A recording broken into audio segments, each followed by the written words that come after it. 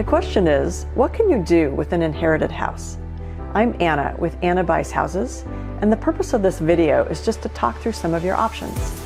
The first option is to move into the inherited home yourself. The second would be to rent it out to someone else and make a little extra income. The third option might be to sell it. All of these options have pros and cons, and we're just going to take a quick look at them now.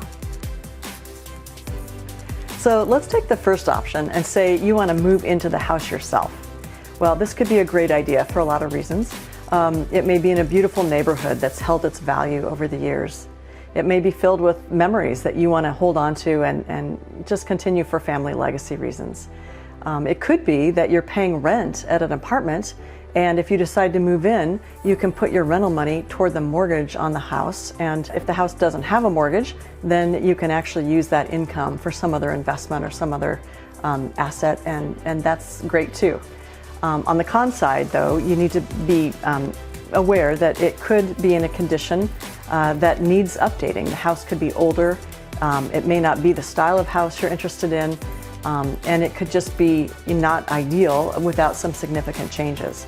So that kind of leads into the budget, which you should kind of map out, because in addition to any updates or upgrades that you want to do, you'll have property taxes and utilities and ongoing maintenance, say, tree and yard maintenance or snow removal.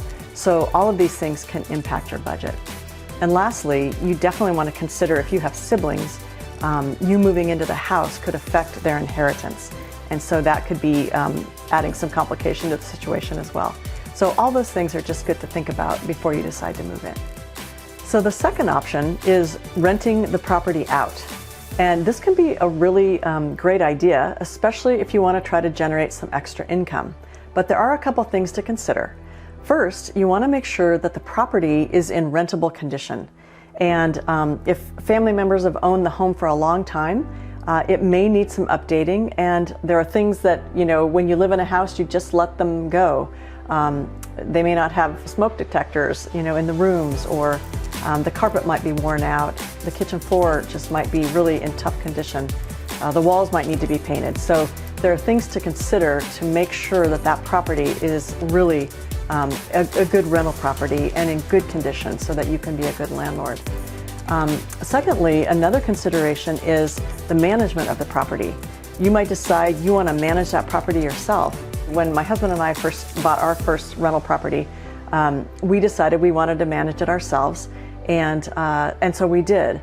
And there was an issue of finding good renters and being in a position where you can take time to go interview those renters.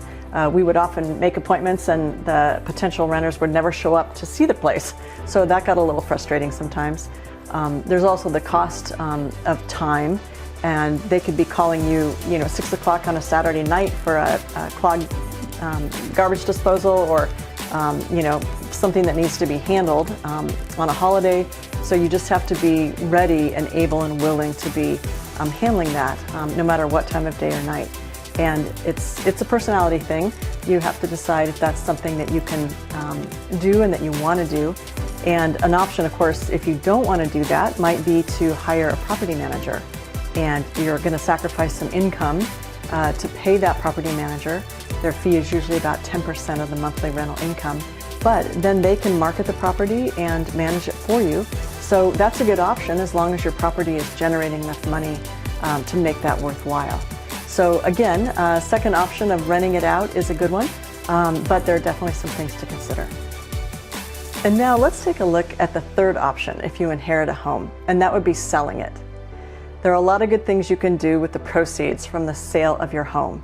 You could put it into another investment property. You might want to use it for debt relief and pay off some of your own debt, or perhaps your parents' debt if it came with a house.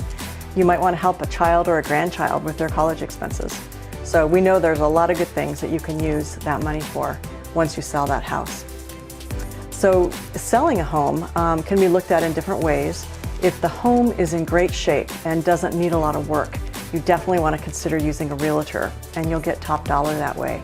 If the home has deferred maintenance or really needs a lot of work, you're going to need to either do it yourself or hire someone else to do it for you. And if you're handy, this is great because it's a fun hobby and a good project. It will probably take a little money. We know that even modest homes can take $30,000 to $60,000 to actually make those repairs and put in that investment.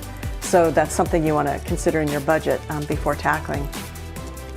Another option, if the home has a lot of deferred maintenance, is to sell it as it is to a direct home buyer like Anna Buys Houses.